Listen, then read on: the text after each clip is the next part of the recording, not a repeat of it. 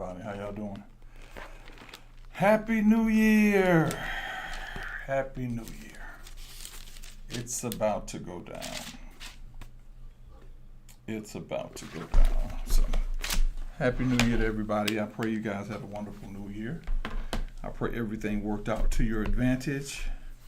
I pray that God really blessed you and took care of you and guided you in these things we call life.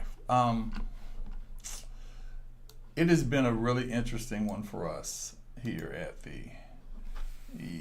I'm going to sit right here. Let's get closer. All right, there we go. It's been a really interesting one for us, guys. We've been kind of working. I had to travel back and forth for that. I preached this past weekend for those of you that weren't there and weren't able to do it. I preached. It's been, God is moving. He's doing great stuff, and he's being amazing. So today I'm not going to be here long because a lot of you might have stayed up late last night, and for whatever reason, whether you stayed up late because you wanted to celebrate the new year with your favorite person or you simply wanted to just be free. We're on YouTube and on our Mighty app today. That is what our new mantra or our new MO will be, a modus operandi. We will be on two different things at the same time. So I have one over here and one over here. So I always have TikTok around because TikTok is pretty much where we run our things. So, all right. So today I want to talk about how we're going to start our year. Those of you that are a part of our Mighty Network, I think the Mighty Network people are over here. Those of you that are part of the Mighty Network, hopefully you've gone down and got a copy of this item right here. It's called 10 Success Tips for 2023. 10 Success Tips for 2023. If you're a Mighty Network, go down. You can download this and get your copy of it. If you're not a part of Mighty List, the Mighty Network, become a part of the Mighty Network so you can get that done. And so let's kind of dive into this right now. 2023, everybody has been talking about how 2023 is 2023 is all about me. I can understand the mindset and those that are saying that that whole mindset is a great mindset. However, what I want to talk to you about today is how to build a self-sustaining process. How to build a self-sustaining process. So, like I said, I'm not going to be here very long, but I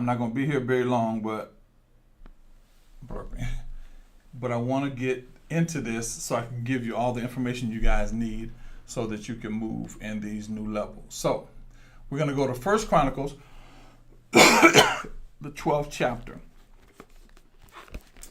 And I'm going to talk about an incident that takes place with David, King David at this time. He is King David. And so in the process of this incident that's taking place with King David, he is getting ready to move to the next level. He's in a place called Ziglar. Ziglar. Is it Ziglar? I said it right. Do I say it right? Ziglar. Yeah, Ziglar. And Ziglar is a place of hiding. It actually means hiding. It's a hiding place, a covering place. Ziglar is a place of covering.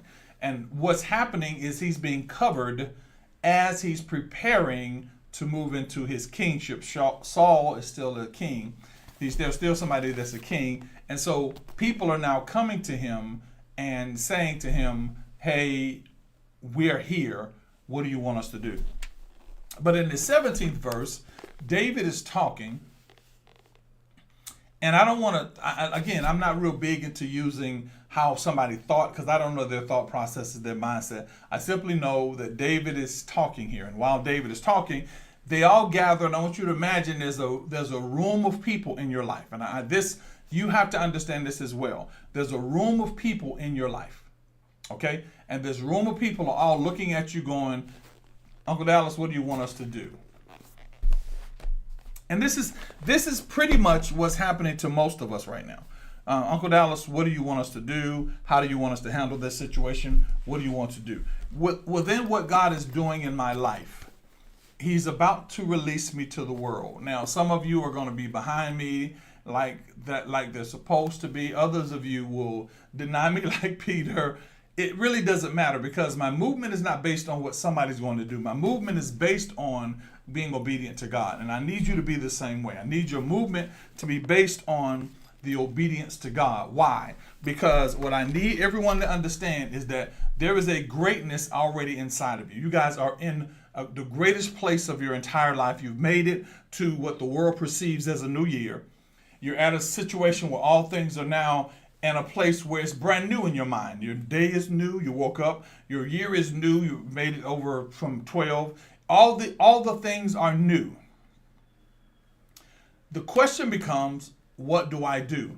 Many of you are so carrying the burdens of the people that are around you that you're not able to move forward. So again, imagine you're sitting in a room, and the room is full of people. I mean, white people, tall people, fat people. It's full of people. But the people know you in 3 different areas. So for those of you that are taking notes, I want you to write this down. They know you in 3 different areas. Okay? There are people that have spent time, listen to me, there are 3 different areas. There are people that have spent time with you and know you. There are people that have met you and know you. And then there are people that saw you and think they know you. Spent time, met you, and think. There are people that know you, spent time with you, learned who you were. There are people that have met you, they met you and something really clicked about them and they know who you are. And then there are people that just basically look at you, they assume they know who you are, and they want to be a part of you. Then there's the ones that's the last ones, and they're just the haters. They hate for no reason. They don't know why they hate. We don't even count them in the calculations. Okay? So David is sitting here with all these people, and if you get a chance to read the entire 12th chapter of First Chronicles, and it goes down and talks about everybody they were experts in the area, but I'm moving ahead of myself. So he sits down and he makes this statement. This is the statement that I want you to realize. First Chronicles, 12th chapter, Old Testament, Old Covenant, because I want you to hear something. First chapter, 1 covenant. Now, in the 17th verse, it says, let's go to 16. And there came the children of Benjamin and Judah and hold unto David. So these 2 companies, these 2 tribes, Benjamin and Judah, came to David. So they're standing outside. David is in his tent. And he comes outside and he says these words. He doesn't say, hey, glad you guys came by. He doesn't make any type of welcome. Why? I'll tell you in a minute. And David went out to meet them and answered and said unto them, if you came peaceably unto me, my heart is knitted unto you. But if you come to betray me to mine enemies, see, there is no wrong in my hands. The God of my father will look upon you. Basically said, listen, I don't have time. I'm not in here to try to make you happy, try to make you sad. If you came because we want to go somewhere, if you came, if you're ready for the next level, if you came because there is something greater inside of you and you want to see it come out, if that's why you are here, if you are here for that reason and that reason alone, something is in my shirt, guys. Hold on for a second.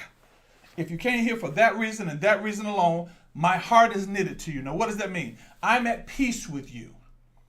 I'm going to help you as you help me. Ladies and gentlemen, there are going to be people that are coming into your life as much as you keep struggling to try to hold on to them. God is not in you holding on to them. They are laboring in the opposite direction to you. And the opposite direction is they are laboring to hold you where they can hold on and move to the next level. They're holding you so that they won't feel alone. They're holding you so they won't feel like they can't get to the next level. They're holding you still when you need to be moving forward. So this statement is an old covenant statement. David is coming out. He's about to fight. He said, listen, if you with me, I'm with you. You down for me, I'm down for you.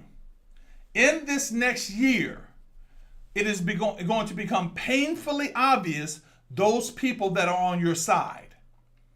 But what's going to be worse is the people that you have held on to because you felt like you had to take them to the next level. And when you realize that you have lost levels, time, finances, you have lost a number of things trying to make sure these people get where they need to get to, and you've lost effort, and you could have been in prosperous areas because you've decided that these are the people you had to help. is going to be upsetting because God is going to reveal that to you. You have to get to a point where you understand that he wants you to be in the right place. He wants you to be sustained. Now, if you go to John, you know what? When you understand that, you begin to understand how this, and it's going to be difficult, my God. It's going to be difficult because there are people that know you have what's going on for them, and people that know that everything that you have is available to you, but they will do everything in their power not to allow their flesh to die.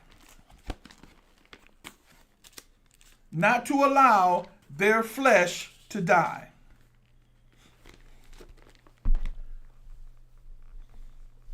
Third John, the second chapter. Write it down. There are people that you now look at what David said here. He said, watch this. In verse 17, he said, there is no wrong in my hands. Ladies and gentlemen, do you know that there have been places that you've been pushed into and the wrong is there because you had to respond to the person that's pushing back? Let me help you out. You meant no one any wrong, but all of a sudden they looked at you like you did something wrong. Now you respond back to them thinking you did something wrong, and all of a sudden it feels like now you just mean. No, you attacked me. You attacked this situation. You moved in this direction. And what I want you to understand is, in this process, God is trying to get you out of the bondage of people holding you. Ladies and gentlemen, it is not your job to take care of certain things. If you're not traveling like you want to travel, if you're not being blessed like you want to be blessed, if you're not being a blessing like you want to be a blessing, stop looking at what you've done wrong and start looking at what you're carrying with you. I'm not going to tell that one. Stop looking at what you've done wrong and look at what's with you. Who's with you? I made a comment one time. I said, there are many things I should be doing. People say, oh, you should be writing a book. You should be doing this. And you should be doing that. You should be doing that. And I start saying, you know what? Until you are offering a way to help me to get it done, please stop suggesting that I do these things. And I don't mean this toward anybody, and I mean it toward everybody. You have to realize everybody sees the vision of God in your life. I was talking to a person about the other day, and I said, John saw the purpose. John saw the calling. John saw the gift on Jesus, but he didn't see the calling. And so sometimes people see the gift and they go, God, you should be wealthy. You should be all these things. And you go to these places where people prophesy to you and they minister to you. I prophesied to people. I ministered to people. All these things. But honey, if you're not going to take the steps and the person that's suggesting is going to help you take the steps, you don't have time for it. I don't need another prophecy to say I'm going to be a prosperous person. I'm going to be wealthy. I'm going to be able to walk in new places. I don't need another prophecy like that. What I need is practical application spiritually to get me to the place that I need to be. So David was saying, I haven't done anything wrong. I just had a vision. I haven't done anything wrong. I just believe God for more. And people are looking at you like, well, you think you all that? Yes, I'm all that. I'm that, a bag of chips and a side of dip. I'm all that. And you need to get to the point where you understand, yes, you are all that. You are every bit of that. You are every single solitary toenail and fingernail of that. Why? Because people will try to reduce you to their mentality of faith or their mentality of existence and get mad if you won't be in their mentality of existence. They want you to apologize because God's called you to something greater. That's not my fault. I didn't ask myself to be called, nor did I call myself. What I simply decided to do was to listen to the greatness that God had inside of me. And when you get to the point that you begin to understand that, you have a calling, but you've carried around people that haven't accepted their calling, nor have they taken the time to find out what God has for them. Listen, I've heard 100,000 people ask me, what's my vision? What has God called me to do? God has called you to be faithful over your connection to Him and obey Him at the moment that He speaks. That's all He's called you to do. All the other things that people are calling, love your neighbors, you love yourself. Listen, honey, you are not in an external Old Testament where you have to operate according to what you see somebody told you. You're in the New Testament covenant, which means God will wake up something inside of you and He'll tell you where to plant your life so that you can reap what He wants for you.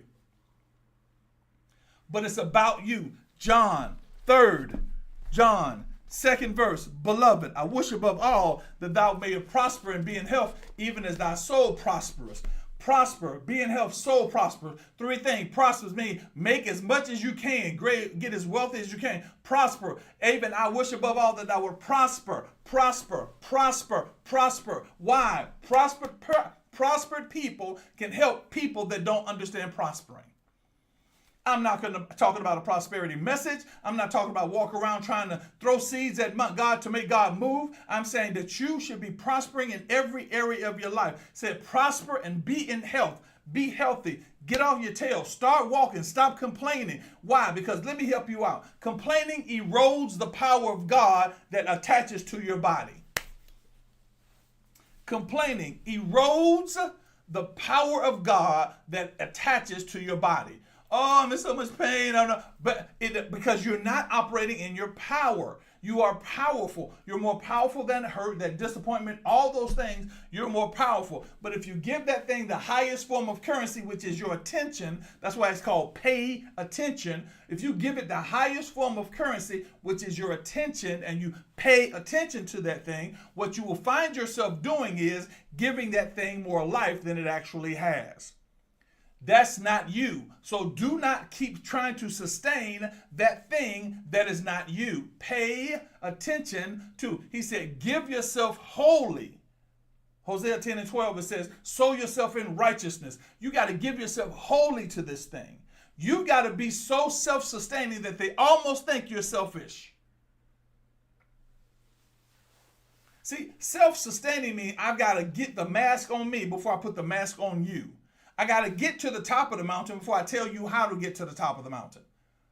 I'll never forget, I was talking to a friend of mine, and he said to me, hey, you know what? I want you to, what was he telling me to do? He told me, I want you to help me with something. And he asked me a question. He said, have you ever been a millionaire to help people become a millionaire? And I looked at him like, he said, so many people go into this thing and they think they can be a millionaire by simply becoming something they read in a book. Honey, there are things that you have to go through. There are circumstances you have to deal with. You got to deal with taxes. You got to deal with people trying to take your money. You got to deal with all these types of things. And if you've never taken the time to experience a thing, you cannot explain a thing according to the power that that thing presents. You've never experienced it. You're taking people into a qualified situation that they're unqualified for. We do it all the time. We do it all the time. We will buy our grandchildren, our children, our cousins' children, millions of dollars of toys, and they play with one toy. And in our mindset, we've never taken the time to say, is this teaching this child how to be faithful, or is this teaching this child how to be wasteful? I'm sorry, I just got a lot of y'all. You buy them thousands and thousands of toys, then you wonder why they start going, Mama, I want this. Mama, I want this. Mama, I want this. You've never taught them faithfulness. You've never taught them accountability. You've never taught them any of the things that are necessary to get them to the next level. Then you wonder why they walk in a place where they feel entitled. They feel entitled because you've entitled them. Now you're guilty. You feel bad. Oh, what? Honey, it doesn't matter. There comes a point in the life where you have to churn and go in the direction of God. So when David came out to talk to these people, he said, I have done nothing wrong. I just have a vision. I'm doing what God told me to do. If you're here to help me, I got you. You got me. We'll get there at the top. But some of you know that people got to the top and forgot about you. But God said, this is not that season. This is the season where you begin to connect to the right people and God will put you in the right place. Some of you are holding on to friendships and they're not even your friend.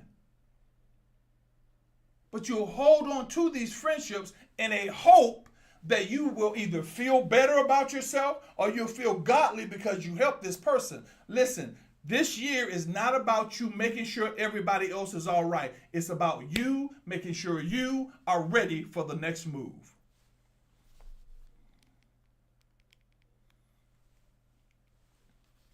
He says, I wish above all that thou would prosper.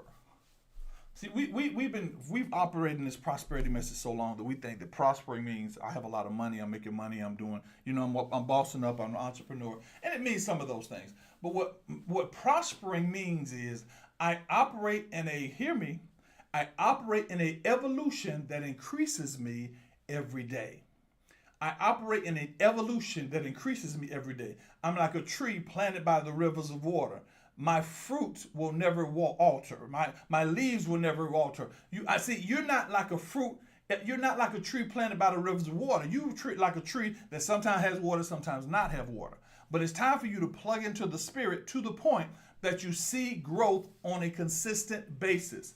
It is not impossible. It is not wrong. Just because you haven't seen your pastor do it, just because you haven't seen friends do it, does not mean it was wrong. What it means is if you don't plug into the right plug, you're going to have dry times and you're going to have wet times. But that's what you want. That's what the old covenant tells you. You're there, everything is okay as long as God is around. When God is away, it's not. So I need a flame of fire by night and a cloud by day. I need you to give me manna that I can hold on. All those things are coming from a person that does not have God inwardly. You should not be dying. You should not be lacking because you have God in you. Full gospel does not mean that I lack God. Full gospel means that I walk in a level of God's power that is unlike any power. Now, does that mean I'm not going through trials? No, that does not mean that. The reason it doesn't mean you're not going to walk through trials because your flesh is an enemy to God.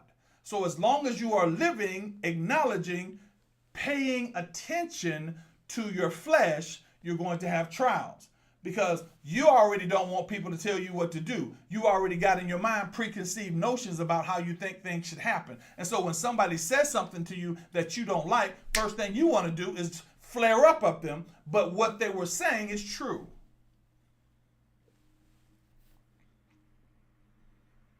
We say we want truth, but we really don't want truth. We want an established base of information that makes us feel good about ourselves every day, even though we're walking in the wrong direction. We would rather walk into the ocean, walk off a cliff, than for somebody to tell us what you are doing is incorrect. And what happens is now you go, oh, you're not allowing me to be free to be who I am. You are correct. I'm not. Because who you are is destructive to your destination. Who you are is destructive to where you're supposed to be. And what happens is you've attached your emotions to it so tightly that when it was time for you to move, your emotions moved before your spirit listened. Your emotions moved before your spirit listened. Now, can I talk to you for a second? Hear me prophetically. 2023 is going to be one of those years where you're going to come face to face with two different sides. The side of what you can do greater and the side that stops you from moving in that greater. The side that you can move greater in and the side that stops you from moving greater. Okay.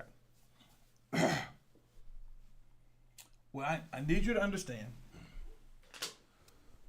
I need you to understand something.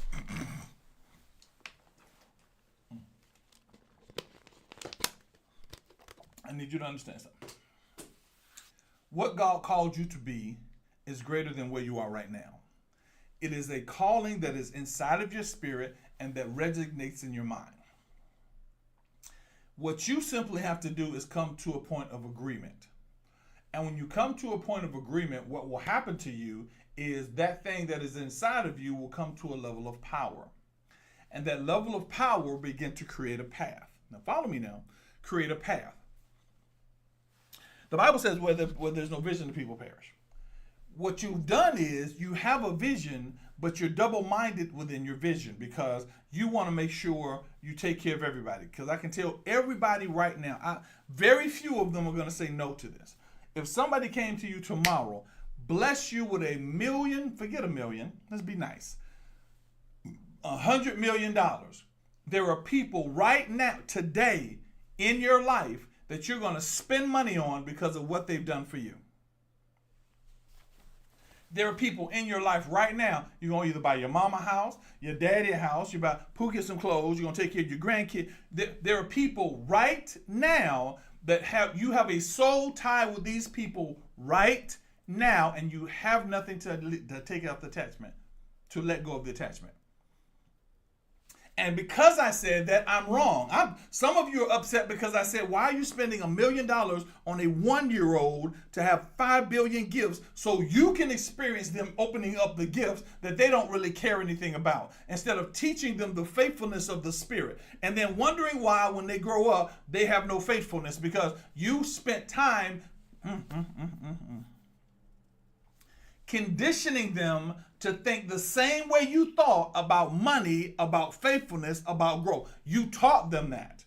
And so now he tripping. Why is my son tripping? Did you teach him the foundations that were given to you and the responsibility that was given according to those things? See, raise a child up in the way he should go, not in the way you want him to look, not in the way that makes you feel good about it. And when he is old, he won't depart from it. See, you were so busy trying to think for him or think for her that you never let God tell you what they were really thinking. No man, Corinthians, no man knows the heart of man except the spirit of man. So if we operated in the spirit, we would have known, okay, don't buy him anything but a bike and some clothes. He would have been just as happy opening the clothes. What you could do is take the rest of that, put it over to his side. And when he grows up and starts going through the year, because you're still buying stuff for him, he begins to learn.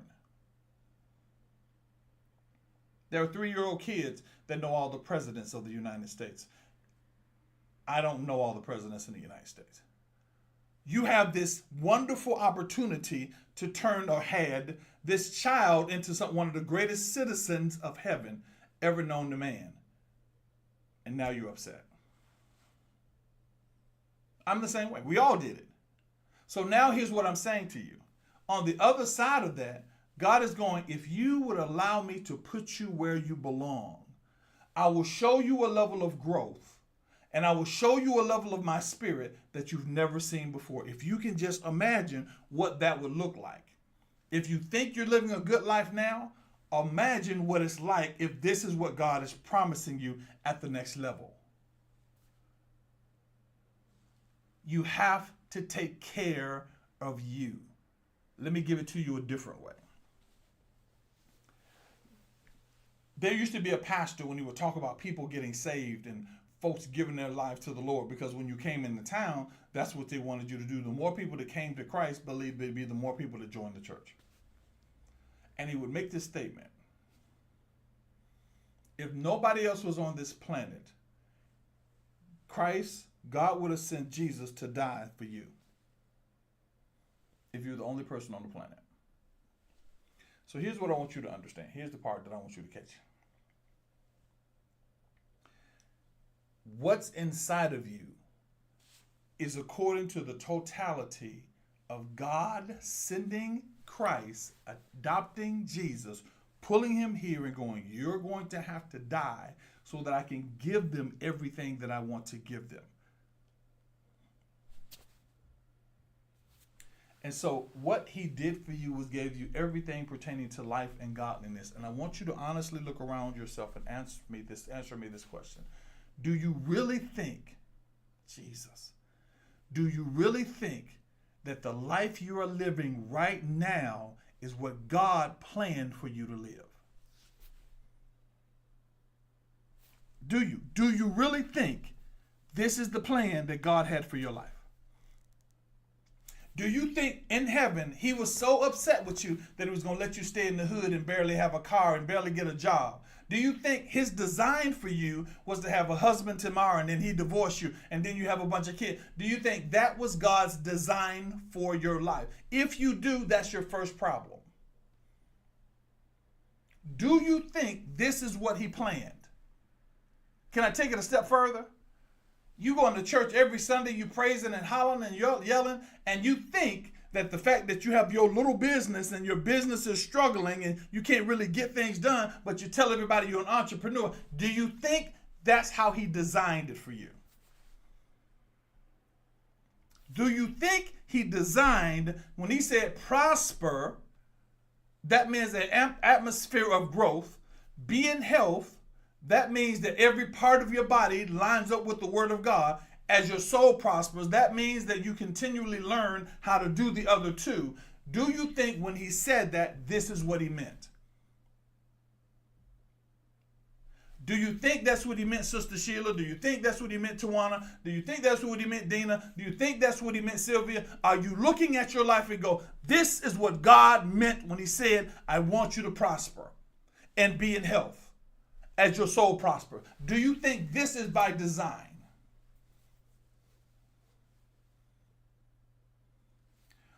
So in Philippians, we get to a point where he says, in whatsoever state I find myself in, I am content, because I learned to be abased and to abound, to have and to suffer need. He said, I learned these things. But some lessons you've learned over and over again, my sisters, my brothers, you've learned these lessons over and over again. It's time to take care of you. It's time to say, okay, God, what is it that you've designed me for? And let me start walking in what I've designed me for. Don't worry about age, because age means that God's got you. What have you designed me for? I prayed this prayer. I'm giving you what I prayed. I'm giving you what I've dealt with. So God says, okay, I'm taking you out and moving you out the back of the desert and putting you in front of people. I mean, television shows, podcasts, blogs. I'm putting you in the forefront now. And I'm going, why? Why are you putting me in the forefront? You know why he's putting me in the forefront? Because my task is not about me making sure that I do exactly what I want to be comfortable and safe. My task is to be such a light that the people that God assigned me to will see the light, even though they may never see me. Even though I never talk to them, but they will see the light and begin to glorify God. You are now in a better place of your life, but honey, this is not how he designed it for you. He's not. The husband that you might have gotten and lost, the wife that you might have gotten and lost, the children, he did not design any of those things. But I'm going to share something with you that's going to help you out. God has a remedy for everything that you're dealing with right now. There's no temptation that is taken you but such as common unto man. But God, with the temptation, will not suffer you to be tempted more than you ought, but with the temptation, will make a way of escape. He's getting you out of this. Some of you think I'm just saying this because it's a great sermon to preach. And some of you are saying this and you think because your pastor said this or my pastor said this, that this doesn't make us different. It's not as important as it was when my pastor said it or when our friend said it or when God spoke it to me. Some of you are thinking to yourself, okay, yeah, but how do I do it? And so what you're doing is you're not trying to get out. You're trying to figure out how to get out. Right now, if I get up and I walk in that direction, there's a door. Or I can sit and think about how to open the door. What should I do to open the door? What will I do when I get to the door? What color is the door? What color is the doorknob? When I start thinking about those things, I dilute the ability to go do it because I'm trying to think it through instead of doing what I'm supposed to do. Well, I don't know what I'm supposed to do. Then what you're supposed to do is spend so much time with God that he gives you a obvious message that says, this is, you'll come and he'll give confirmation. He will put you in a position where you can do exactly what he wants you to do.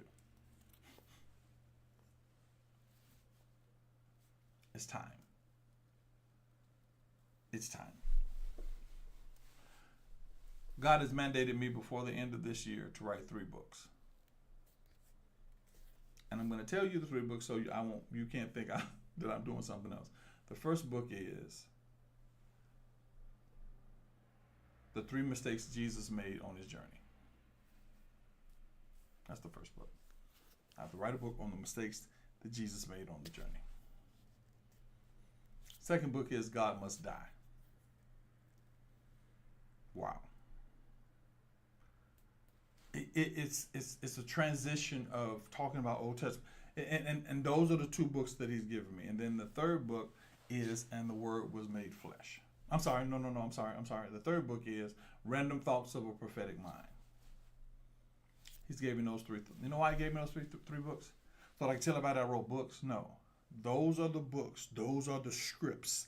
That's the information to get people out of being broken, out of being caught up in religion, out of being this game that's trying to play with people saying, well, Jesus was this. And see, we never took the principles of it. And the Bible is the only book that we fight about that has no reason to fight about. We don't have any reason to fight about the book. If a person is doing good, why do we fight their good? We fight their good because we don't want their good to be better than our good. We don't want their good to be better than our good. I do not care, and you've seen my live, I do not care who decided the Bible should be leather. I did not care who translated what and why they translated. What I care about is why is it not setting people free? Why is that not the most important part of this whole game?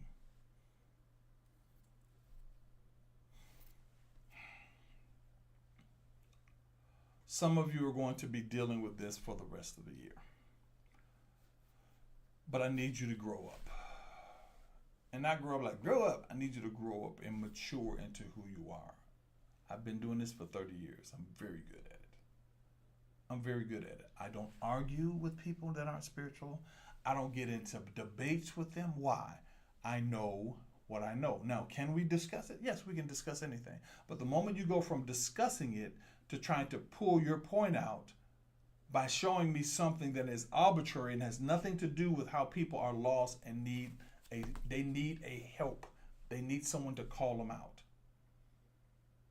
to speak to them so they'll come out the mountain. They have a Lazarus experience.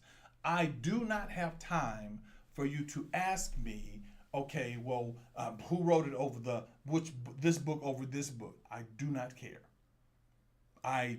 Hear me closely. I do not care. I was overseas and I was preaching at a revival, and I was praying for this young man. And while I was praying for the young man, I found out that he didn't want to pray for one of his parents. And the reason he didn't want to pray for one of his parents is because one of his parents abandoned him. And he was there he's 9 years old, trying to get his life back together and try to be as much of a child and have to be an adult all at the same time. Do you think he cared whether King James was white or black? Do you think he cared about whether the Bible was written in several different languages or not? Do you think he cared whether I had a cross in my pocket and a collar on my neck? Do you think he cared?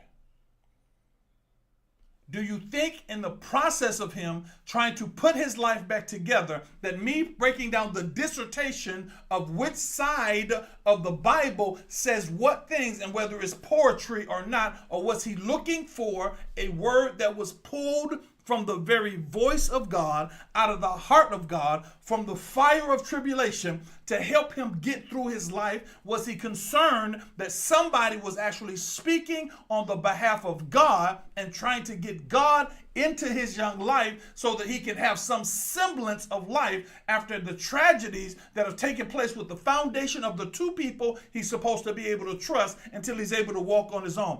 Do you think I care if you're Church of God in Christ, Church of Fellowship Church? Do you think I give a flip flying whether those things mean anything in this area? If you do, praise God for you. I love you. I don't care if you have 7 titles. They can call you all fivefold ministry. But if you are not doing something to help God get this word out so people's lives can be changed, I don't have time for you. Because we want to identify with what we go, well, God wants me. No, baby, God wants you to be his child.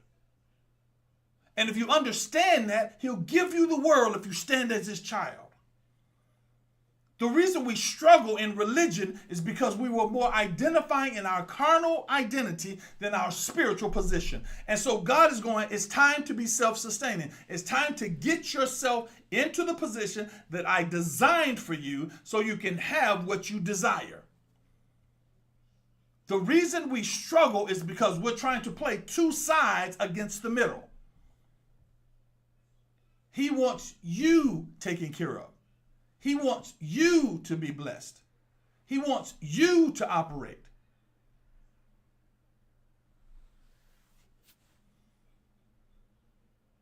Because God has called you to something greater. So if you go down later on, David is talking and he says, if you come to me to betray me to my enemies, God will get you. He said, but if you come to me to help me get to where I'm supposed to get to, he said, my heart is knitted to you. That means my vision is your vision. That means we come into covenant. God is saying exactly the same thing. If you come to God and you want to do something better, he'll give you something greater. But if you come to God because you want to maintain your thing in your situation, your circumstances, do what you want to do and how you want to do it, you've already created your own destiny. You've already created your own situation. You've already put yourself in the position that you want to be. God has something better for you. So in this year, I need you to be ready. For those of you that got those 10 things that you can do, and those of you got the 10 things that you were able to, the 10 tips for success, read through those. One of the books that I'm using is the book called, what is it called? Yeah, Think and Grow Rich. Now, let me help you out with that, because the moment you say rich, people start thinking money. First of all, there's a difference in wealth and riches. Riches are money that base your influence. Riches are the money that you leverage your life with. Wealth is the position you leverage in order to move. So if you're rich, you have money and it opens opportunity. If you're wealthy, you have influence and it opens opportunity. Both of them are not based on cash currency. They're based on time and attention. So I'm not trying to get you to prosper. I'm trying to get your mindset to a point where you can understand that God has you.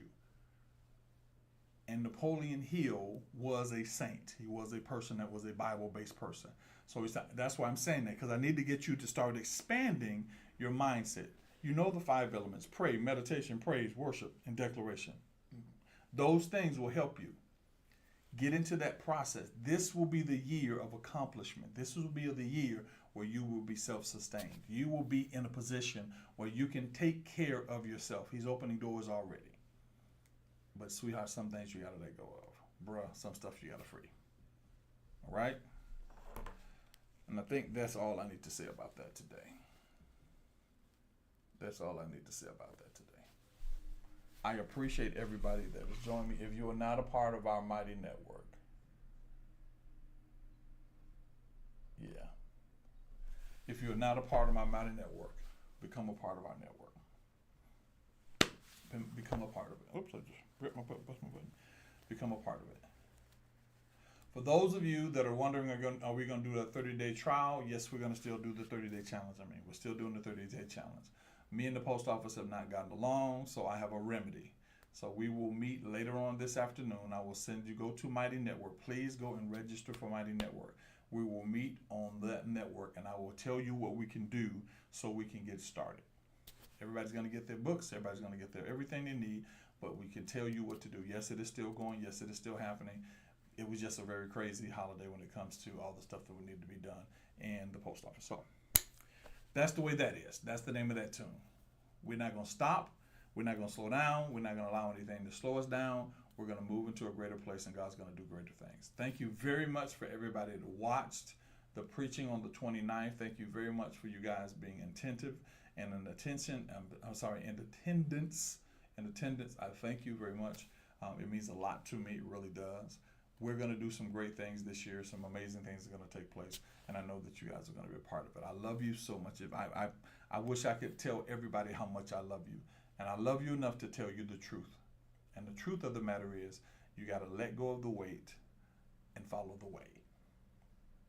Let go of the weight and follow the way. All right? If you cannot find Mighty Network, type in Mighty Network, go to that, and then look up Beyond the Bible Group, and we'll be there, and you can register.